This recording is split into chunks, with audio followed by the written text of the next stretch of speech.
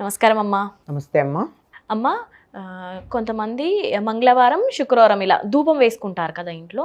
ధూపం ఎందుకు వేయాలమ్మా? వేస్తే ఎలాంటి లాభాలు ఉంటాయి? పాజిటివ్స్ ఏంటి, నెగిటివ్స్ ఏంటి? మనకి షోడశోపచార పూజా విధానంలో ధూపమాఘ్రాపయామి, సాక్షాత్ దీపం దర్శయామి అనే రెండు ఉన్నాయి. ధూపం తప్పనిసరిగా వేయడం అన్నది ముఖ్యమైనటువంటి అంశమే. అయితే ఆ ధూపం ఎట్లా వేస్తారు అన్న దాని మీదే అన్నీ ఆధారపడి ఉంటాయి. ఏదైనా సరే ఒకటి చాలా తక్కువగా ఉందనుకోండి, అందరికీ పంచిపెట్టాలంటే ఏం చేస్తాం మనం? కాస్త పదార్థమే ఉంది, అప్పుడు ఏం చేస్తాం? ఒక్క మామిడి పండే ఉందమ్మా, 10 మంది పంచుకోవాలి, ఏం చేస్తాం? రసం, అది ఆ రసాన్ని తీసి కొంచెం నీళ్ళల్లో కలిపి తలో కాస్త ఇస్తాం, మామిడి పండు జ్యూస్ అని. ఏదైనా సరే. లేదు, ఎక్కడో మనకి దేవుడి దగ్గరికి వెడితే ఇంత పటికి బెల్లం ఇచ్చారు, 10 మందికి ప్రసాదం పెట్టాలి, దాన్ని చాలా పవిత్రమైంది, అందరికీ అందించాలి. ఏం చేస్తాం? నీళ్లల్లో పటికి బెల్లం కలిపేసి అందరికీ తలో కాస్త తీర్థం ఇస్తే అందరికీ ప్రసాదం అందిపోతుంది. అంటే ఘన పదార్థం కన్నా వితరణకి అన్ని వైపులకి వ్యాపించటానికి జలానికి ఎక్కువ అవకాశం ఉంది. అంతకన్నా ఎక్కువ కావాలనుకో గాలికి ఉంది. అందువల్ల గాలిలో గనక మనం దేన్నన్నా పంపించినట్టయితే ఎక్కువ మందికి దాని తాలూకు అనుభూతి దొరుకుతుంది. పంచదారను అందించలేం, కానీ కొన్నింటైతే గాలిలో చేయగలం కదా, పరిమళాలు మొదలైనటువంటివి. అటువంటి దానికి ఒక మంచి వాతావరణం కల్పించి, మనం చెప్పాలంటే యాంబియన్స్ అంటూ ఉంటారు ఆంగ్లంలో, అలాంటిది ఒక మంచి యాంబియన్స్ కావాలి అంటే, ప్రశాంతంగా మనసు ఉండాలి అంటే మంచి పరిమళం ఉండాలి, మంచి వాసన ఉండాలి. అలాంటి మంచి వాసన ఉండడానికి తగినట్టుగా ఎలా ఉంటుంది? సెంట్లు అవి అయితే కెమికల్సే కానీ అవి ఎంతసేపు ఉంటాయో తెలియదు, అవి చాలా ఖరీదైనవి కూడా అయి ఉంటాయి. అందుకని దానికి సౌకర్యంగా ఉండేటటువంటిది, అందరికీ అందుబాటులో ఉండేటటువంటిగా చేసినటువంటిది ఏమిటంటే ధూపం వేయడం అని. ఈ ధూపానికి ఉపయోగించేటటువంటివన్నీ కూడా చాలా ఆరోగ్యాన్ని కలిగించేటటువంటివే ఉన్నాయి. అటువంటి వాటిల్లో ఒకప్పుడు ఇటువంటివన్నీ జాగ్రత్తగా పెట్టి, అంటే ఆరోగ్యానికి పనికొచ్చేవి ఏవైతే ఉన్నాయో వాటిని చక్కగా ఒక మంచి పొడున్లాగా తయారు చేసి, బాగా కణకణ మండుతున్నటువంటి నిప్పులు తెచ్చి దాంట్లో వేస్తే పొగ వచ్చి ఇల్లంతా వ్యాపించేది. మనం దేవుడి దగ్గర అనుకుంటాం పెడతాం, కానీ ఆ పొగ ఎక్కడికి వెడుతోంది? ఇల్లు మొత్తం పెడుతోంది. ఇల్లు మొత్తం అంతా కూడా దేవుడి యొక్క అనుగ్రహం ఇంట్లో ఉన్న మూలమూలలకి వెళ్ళింది. దీపపు కాంతి అన్ని గదుల్లోకి వెళ్ళలేకపోవచ్చు, కానీ ధూపం అయితే అన్ని గదుల్లోకి అన్ని మూలలకి వెడుతుంది. అందువల్ల తప్పనిసరిగా అక్కడున్నటువంటి దుర్వాసనలు పోవడానికి, మంచి వాసన రావడానికి ధూపం వేయడం అనేది మనకి సంప్రదాయంగా వచ్చింది. అయితే రాను రాను ఈ ధూపం ఎట్లాగూ అంటే అగరువొత్తుల్లాగా వేయడం మొదలుపెట్టాం మనం.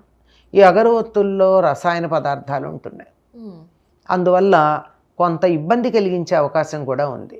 రసాయన పదార్థాలు లేనటువంటి అగరవత్తులు ఏమైనా తయారు చేస్తే వాటిని వాడచ్చు.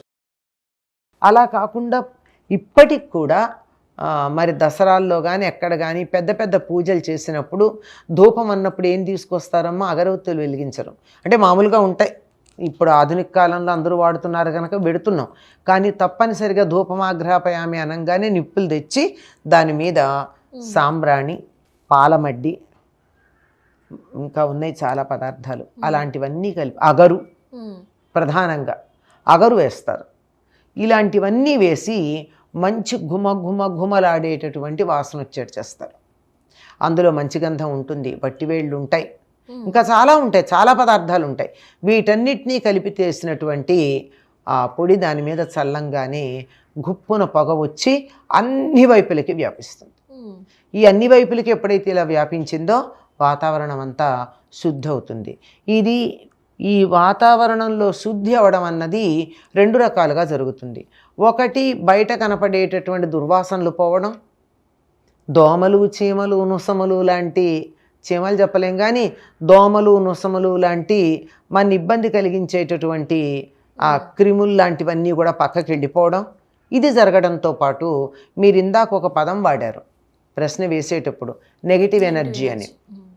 ఆ నెగటివ్ ఎనర్జీ లాంటిది ఏవైనా ఉంటే కూడా ఈ వాసనలకు దూరంగా వెళ్ళిపోతాయి. అందువల్ల వాతావరణం బాగుంటుంది. కనుక ఎవరైనా ధ్యానం చేసుకోవాలి అనుకున్నప్పుడు, అంటే మహర్షుల స్థాయికి వెళ్ళిన వాళ్ళం కాదు కదా మనం అంతా, సామాన్యులం. మనలాంటి వాళ్ళని ధ్యానం చేసుకోవడానికి కూర్చుని ఆ ధ్యానం పూర్తిగా కొనసాగాలి అంటే ఏదైనా సరే ఒక పరిమళం అక్కడ ఉండేట్టు పెట్టుకోవాలి.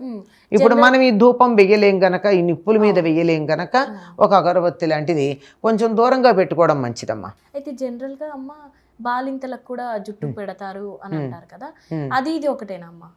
అదే, అందులో ఒట్టి సాంబ్రాణే వేస్తారు, అన్నీ వెయ్యరు. బాలింతలకు వేసేటటువంటిది సాంబ్రాణి పాలమడ్డి అని ఒకటి వేస్తారు, అది ఏమిటో తెలియదు కానీ అది వేసినట్టయితే సాంబ్రాణికి ఉన్న లక్షణం ఏమిటంటే ఎక్కడెక్కడ తడి ఉన్నా గ్రహిస్తుంది అది. బాలింతలకు ఎందుకు వేస్తారంటే వాళ్ళకి తలంటి పోసినప్పుడు తలలో అడుగున తడి ఉంటే ఆ తడికి జలుబు చేస్తుంది కనుక. ఇంకా చిన్నపిల్లలు అనుకో, చిన్నపిల్లలకి వాళ్ళకి చాలా మంచి ఒళ్ళు చేస్తుంటారు వాళ్ళు, అలా తొనలుగా ఉంటుంది ఒళ్ళు, మధ్య మధ్యలో ఇలా 2 కండరాల మధ్య ఖాళీగా ఉండి అందులో తడి మిగిలిపోయే ప్రమాదం ఉంది. వేడి నీళ్లు పోస్తాం, వేడి నీళ్లు పోసేటప్పటికల్లా చెమటలు కూడా పడతాయి తుడిచాక. మరి ఆ చెమటలు పట్టిన తడికి పిల్లలకి జలుబు చేయొచ్చు కదా. అందుకని జలుబు చేయకుండా ఉండడానికి సాంబ్రాణి ధూపం వేస్తాం బాలింతరాలకు కానీ చంటి పిల్లలకు కానీ. ఈ వేయడంలో కూడా ఒకటి, అందులో సాంబ్రాణి వేయడంలో ఉద్దేశం ఏమిటంటే తడిపోతుంది, ఎట్లాగో వాతావరణంలో ఉన్న నెగిటివిటీ పోతుంది. ఏవైనా ప్రతికూల స్పందనలు లాంటివి ఉంటే అవి పోతాయి, సానుకూల ప్రతిస్పందనలు అక్కడ మనకు వస్తాయి. ధన్యవాదాలమ్మా. నమస్తే అమ్మా.